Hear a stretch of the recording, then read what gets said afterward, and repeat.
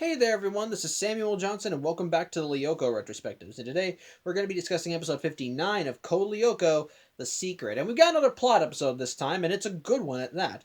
In this case, the episode starts with Yumi being woken up in the middle of the night by a phone call from the Lyoko group, who need her for assistance because Xana activated a tower. As such, Yumi gets ready to go and gets all dressed up, but as she runs outside, she runs into William, who is skateboarding by because he snuck out to go see a movie.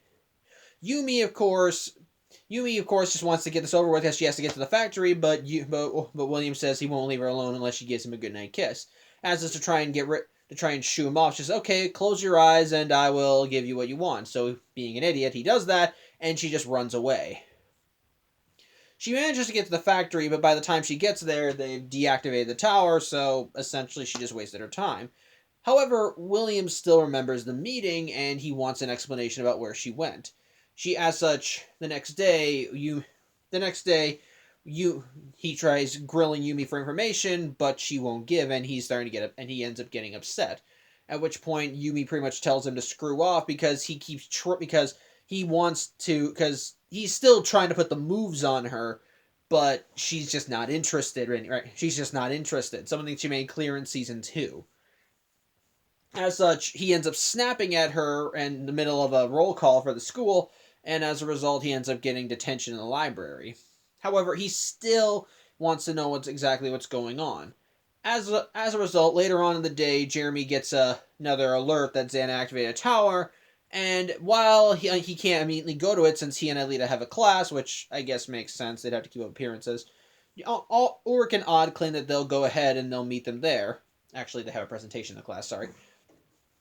As such, they go ahead, but William ends up seeing them and decides to follow them to the factory. As such, Jeremy and Aelita manage to finish their presentation and go to the factory, but as they go in, they take the elevator to go down to meet Ulrich and Odd, and William jumps in and wants to know exactly what's happening.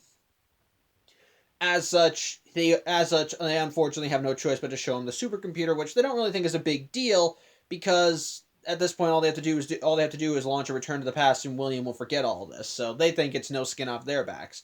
Unfortunately, while they know where the activated tower is, they have not been able to get in contact with Yumi because she's in the middle of swim class, so she's not by her phone. As such, they decide that they're going to have to they have to still send people in to deactivate the tower. And William actually volunteers to get Yumi because while he doesn't really understand what's going on, he realizes that with the supercomputer down here and some big bad, because he's able to discern enough of the information, he realizes it must be something serious, and I understand why you probably were hiding this, so I'll go and get her for you. As such, they decide, okay, sure. And so William goes to the school and manages to get Yumi out of swim class by just outright saying, Xana's launched an attack. Which does get Yumi's attention, and she does say, okay, and she does decide to go with him, making the excuse that she'll take him to detention herself, because, again, he interrupted a class. In the meantime, the group is still going about their thing, taking out Xana's monsters, trying to get to the tower, but in between all this, we see exactly what Xana's plan is this time. Essentially, he possessed a worker for a guy from a bomb factory.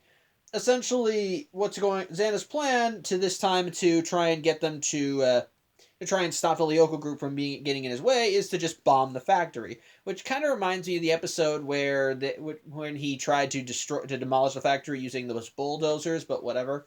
In this case, it's less desperate and more get them out of his hair.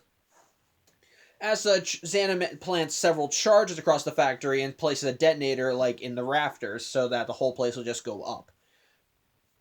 As a result, when Yumi and William arrive back in the factory, they see the Xana-possessed worker as he's walking out, and at first William thinks it's no big deal because this guy's just a regular worker, until the guy starts using his Xana powers to try and kill the two. And so he realizes, oh, okay, I see what the problem is.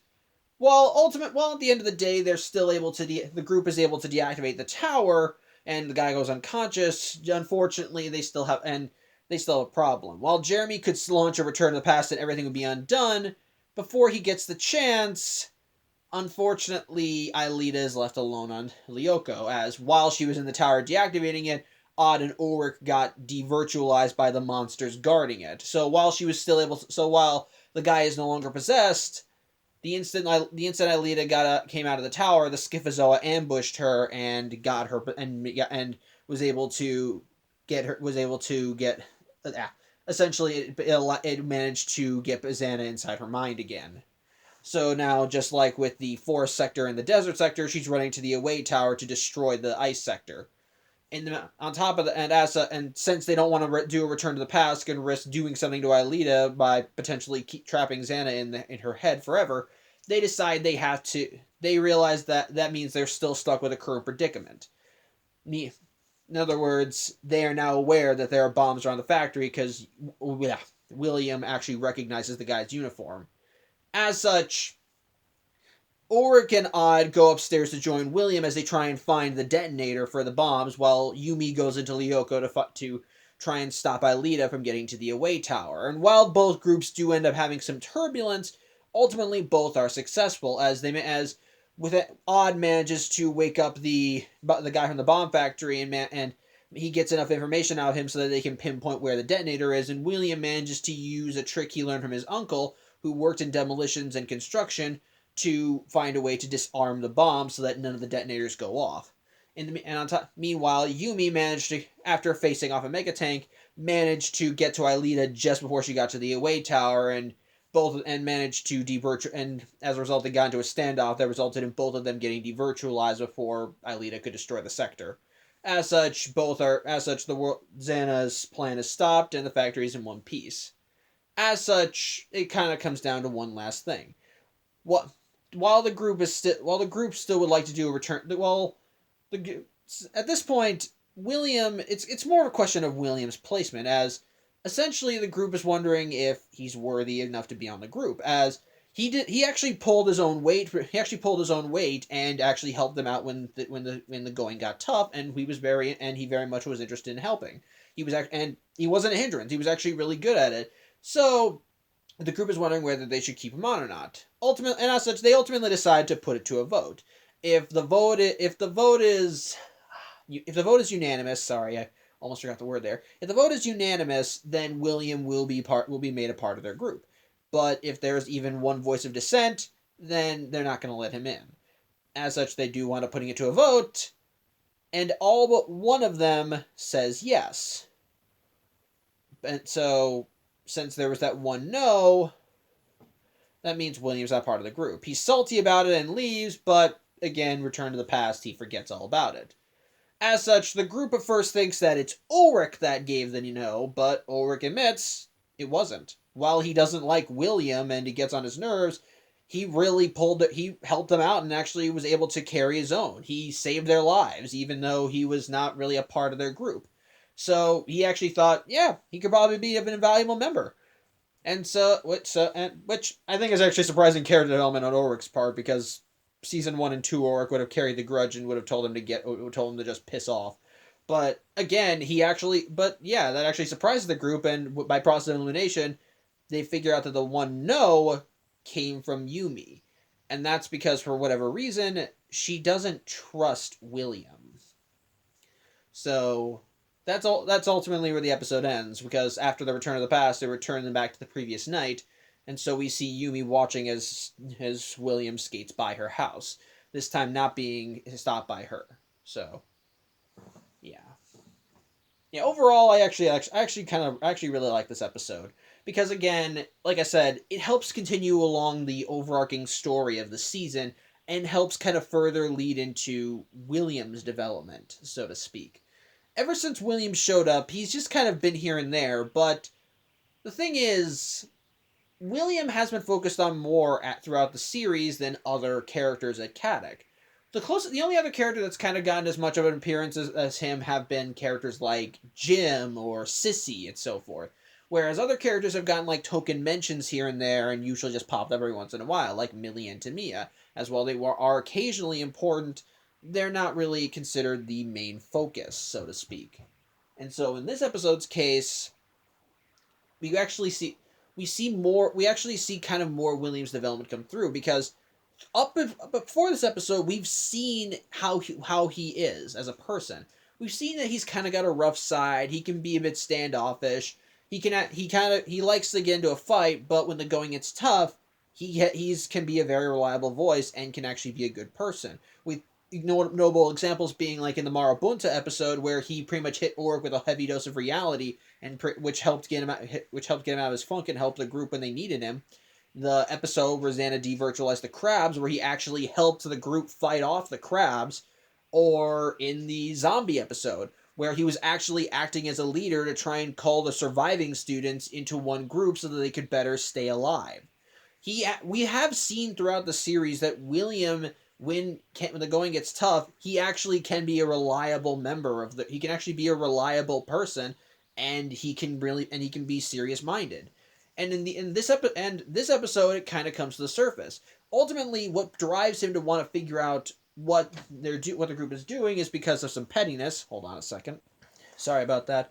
Dog. He's right now over there, so yeah, camera's shaking because he's trying to find a spot in the bed. Anyway, as I was saying, William has showcased more positive traits, and in this episode, and what ultimately leads him to discovering the group is because he just kind of wants to know why he got snubbed, so to speak. But when he does discover the secret, he's actually understanding.